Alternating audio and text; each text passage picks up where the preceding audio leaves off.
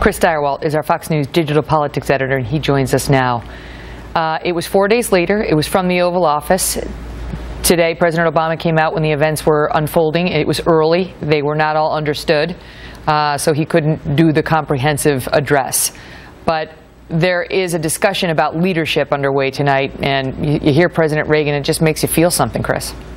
Well, I'll tell you what Reagan wanted Americans to feel was reassured and resolute. He wanted them to feel that the United States was responding. You have to remember, this was a very dicey time. When Reagan was speaking, it was an incredibly dangerous time. The Soviet Union and, more importantly, our European allies were very uncertain about this new Reagan hardline approach against the Soviet Union, deploying new missiles to Eastern Europe, SDI, Star Wars, as it was called. All of these new approaches had people feeling very nervous, and the Soviets saying that Ronald Reagan was this aggressive, dangerous person.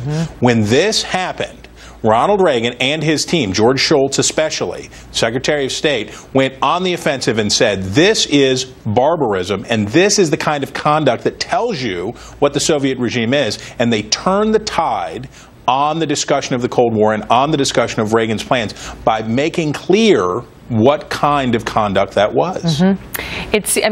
President Obama has been accused of, quote, leading from behind, of being too passive when it comes to our challenges in the world. And I think, when Mitt Romney called Russia our greatest geopolitical threat, President Obama mocked him at the presidential debate. Now we find ourselves in this position tonight where there may have been an act of war by Russia that has taken 298 lives. And what we've heard so far today from the president is that this may be a tragedy, and now I'm going to go fundraise in New York.